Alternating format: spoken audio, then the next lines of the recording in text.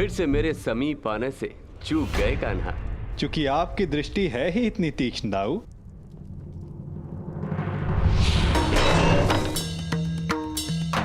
यदि रक्षक की दृष्टि तीक्ष्ण ना हुई तो शत्रु का कार्य सरल हो जाता है कान्हा। और मेरी दृष्टि से आज तक कोई भी दुश्मन की परछाई बच के नहीं जा सकी आज तक, और मेरे प्रहार से शत्रु के प्राण।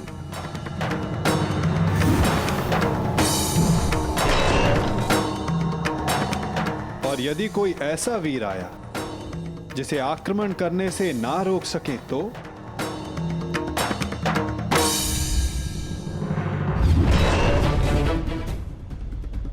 यदि वो कोई मनुष्य हुआ तो अपने काल को पुकारेगा। यदि वो राक्षस हुआ तो वो अपने प्राणों की भिक्षा मांगेगा।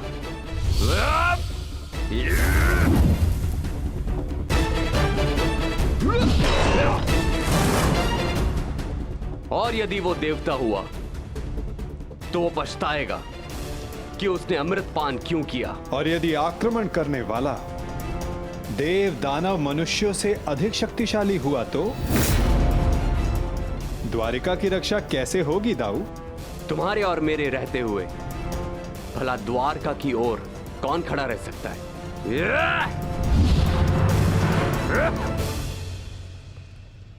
और यदि ऐसा कोई हो जो आपके और मेरे समक्ष खड़ा हो सके तो?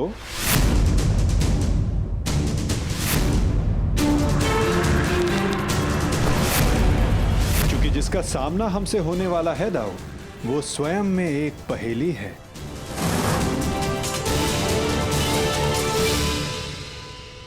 कब कौन समक्ष आ जाए कुछ कहा नहीं जा सकता दाऊ।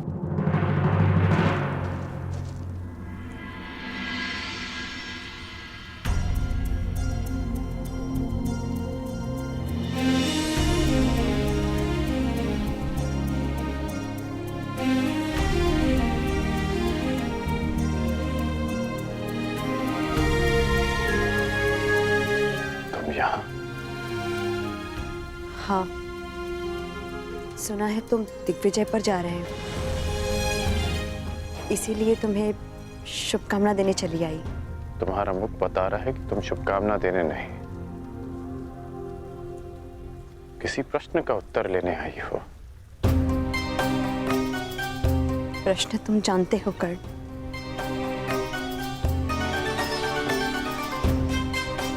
जानता हूं कि मेरा लक्ष्य क्या है, कि मैंने एक महान परिवर्तन का वचन दिया था। वैशाली, मैं उसी परिवर्तन की आशा में दिग्विजय पर जा रहा हूं। वचन तुमने अपनों की सुरक्षा का भी दिया था कर्ण। हाँ वैशाली,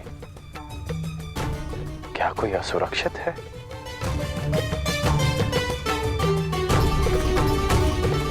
किसी को उसके अधिकारों से वंचित किया गया है क्या?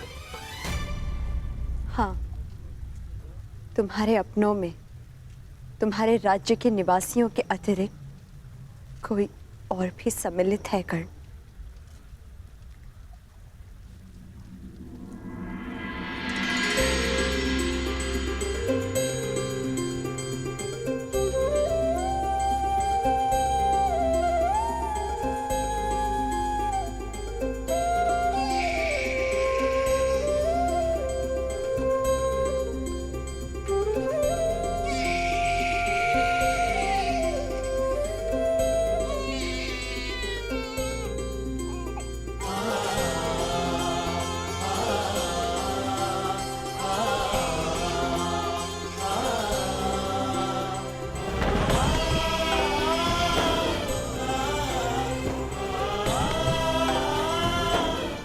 आपका पुत्र अंगराज।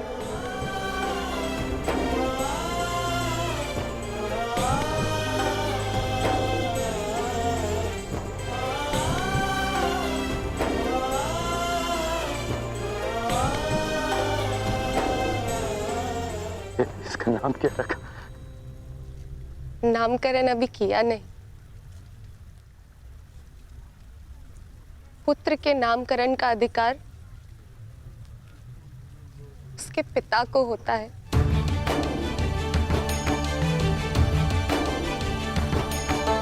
मेरा मानना है कि वृक्ष पर सबसे पहला अधिकार भूमि का होता है, बीज का नहीं। उसी बात ही एक संतान पर सबसे पहला अधिकार उसकी माता का होता है, जो 9 महीने अपने गर्भ में से रखती है। इसलिए सुप्रिया,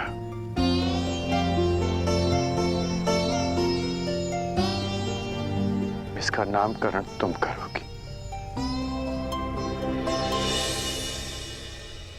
ऋषिकेतु।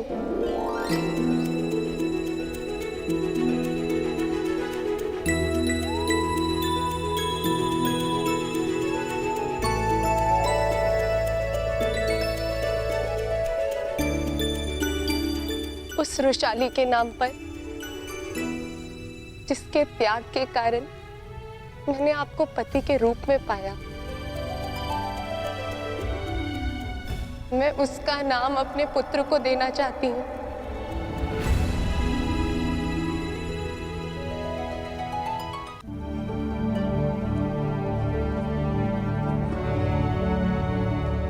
अद्भुत।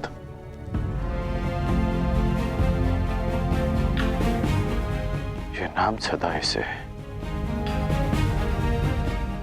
परिवर्तन का मार्ग दिखाता रहेगा।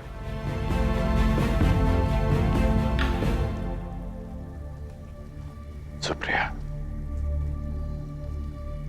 मैं नहीं जानता कि दिग्विजय पूर्ण होने में कितने वर्ष लगेंगे,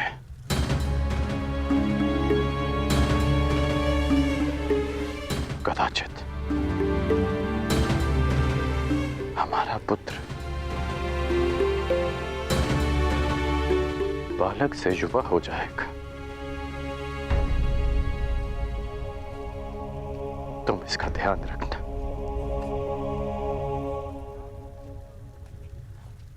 इसे कर्ण मत मनने देना।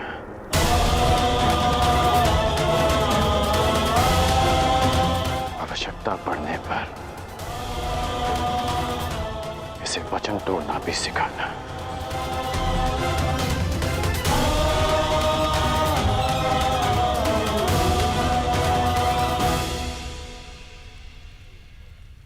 परंतु युवराज के लिए आप दिग्विजय पर क्यों जा रहे हैं? मैं युवराज के लिए नहीं, परिवर्तन के लिए जा रहा हूं। मेरी इच्छा है कि मेरी संतान एक नए भारत में पले, परिवर्तित भारत में, जहां कोई अन्याय ना हो, अत्याचार ना हो, कोई भेदभाव ना हो, जहां श्रेष्ठता जन्म से सिद्ध ना हो, अपितु कर्म से सिद्ध हो, जहां किसी और कारण को नियमों में भंग कर एक स्त्री का चीरहरण ना देखना पड़े।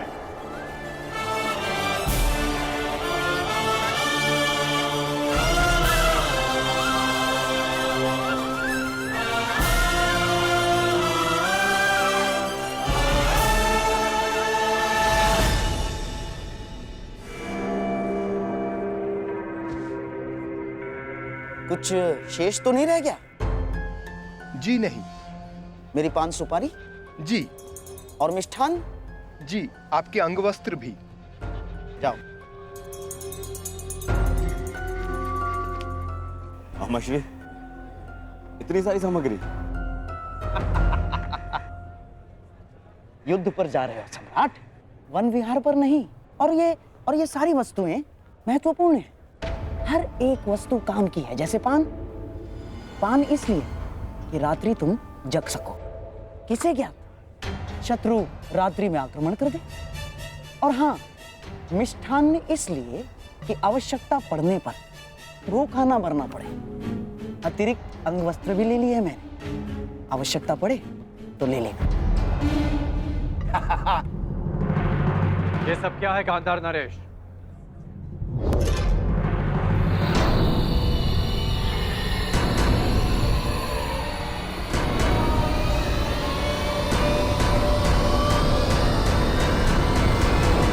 ये कैसा प्रबंध है? ये ऐसा प्रबंध अंगराज कि मैं और मेरा सम्राट दुर्योधन तुम्हारे साथ इस दिग्विजय यात्रा पर चलेंगे।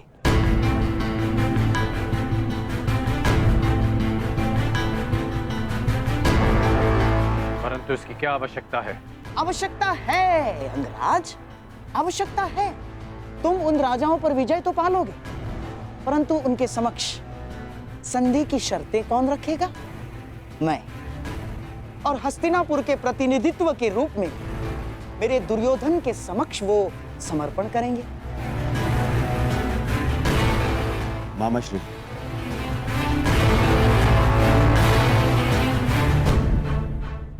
मित्र, मैं केवल इसलिए चल रहा हूं ताकि अपनी आंखों से तुम्हें सभी राजाओं पर विजय प्राप्त करते हुए देख सकूं। परंतु यदि तुम नहीं चाहते कि मैं साथ चलूं, तो हम नहीं जाएंगे। नहीं युवराज, आपकी इच्छा, इस सेवक के लिए आदेश है, मुझे कोई आपत्ति नहीं। तो ठीक है, हम दिग्विजय यात्रा का प्रारंभ द्वारका से करेंगे। पांचाल दिग्विजय यात्रा पांचाल से आरंभ होगी।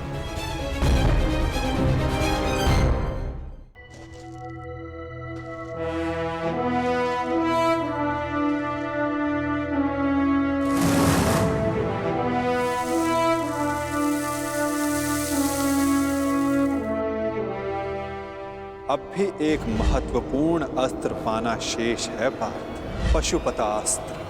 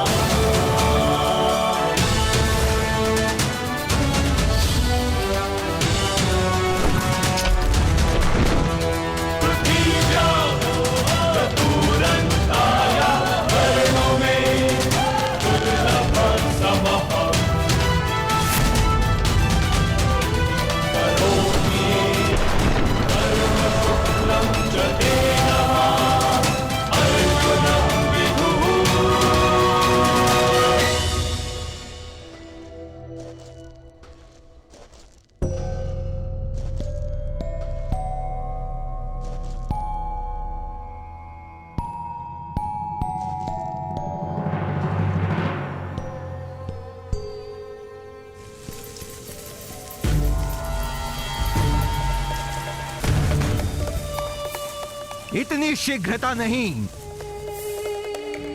मेरा लक्ष्य तुम्हें हानि पहुंचाना नहीं है, मुझे मार्ग दो। मार्ग में आए हो तो बिना युद्ध किए नहीं जा सकते।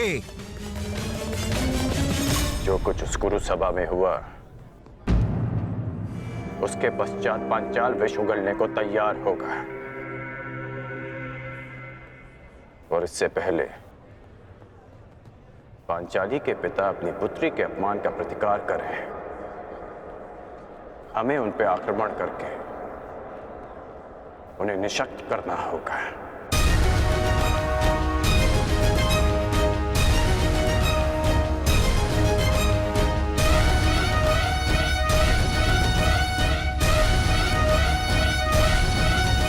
मामाश्री,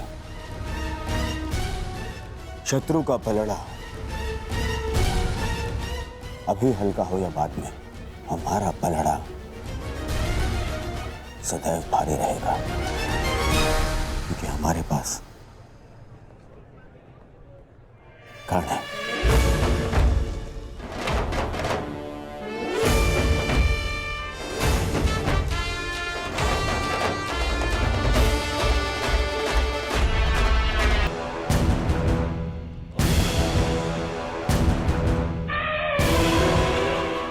और आक्रमण से पूर्व हमें पांचाल को चेतावनी देनी होगी।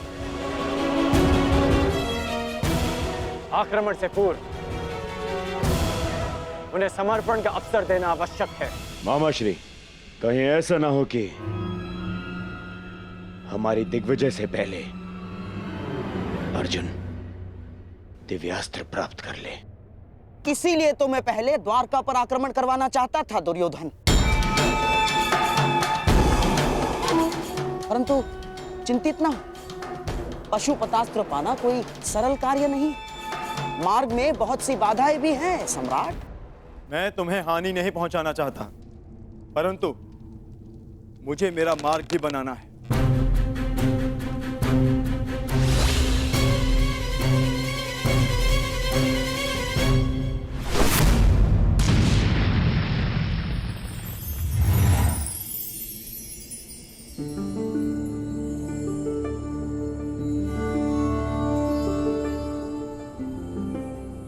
मैंने आज तक तुम जैसा मनुष्य नहीं देखा, इतना हठी परंतु इतना चैतन्य। तुम्हें मार्ग देकर मुझे आनंद की प्राप्ति होगी।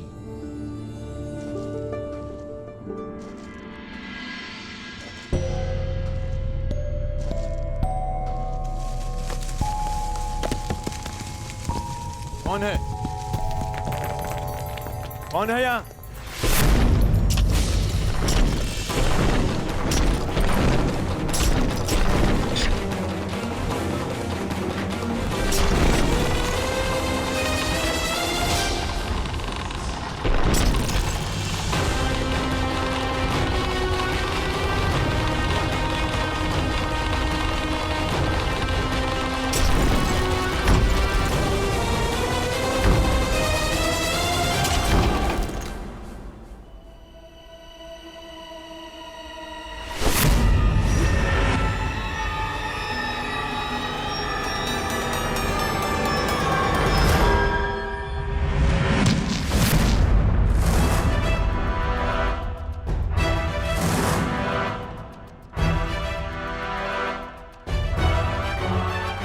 ये तो महागुरु परशुराम के शिष्य का संदेश है, परंतु किसका? द्रोण का, भीष्म का, या फिर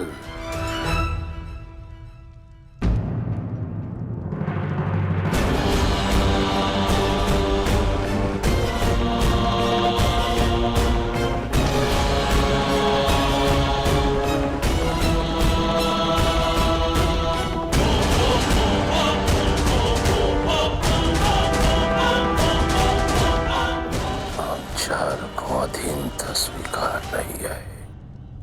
वो दुर्योधन भूल गया कि युद्ध में उसका और उसकी सेना का क्या परिणाम हुआ था। अपने गुरु द्रोणाचार्य के लिए गुरु दक्षिणा लेने आया था वो,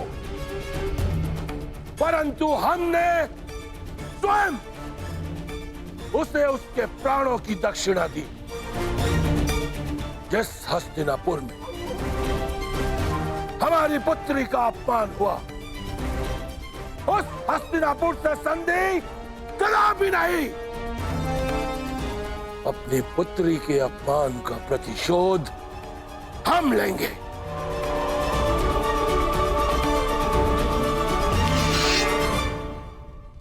यह पांचाल नरेश द्रुपद हस्तिनापुर के विरुद्ध युद्ध का शंखनाद करता है। धृष्टद्युम्न, पांचाल के सबसे घातक अस्त्र को प्रस्तुत करने का समय आ गया है।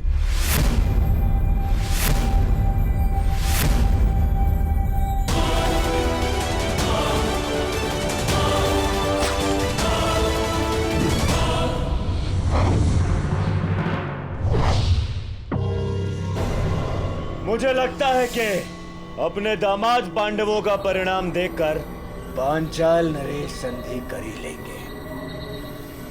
मुझे विपरीत उत्तर की अपेक्षा है युवराज।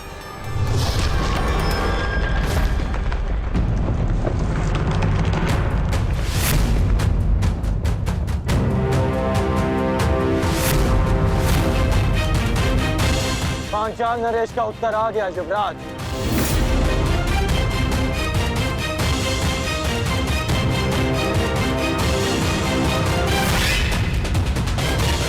शांति सदा युद्ध से श्रेष्ठ होती है। हमने शांति का प्रयास किया जो निष्फल रहा। अब शांति का अपमान करने का फल पांचाल नरेश को चुकाना होगा।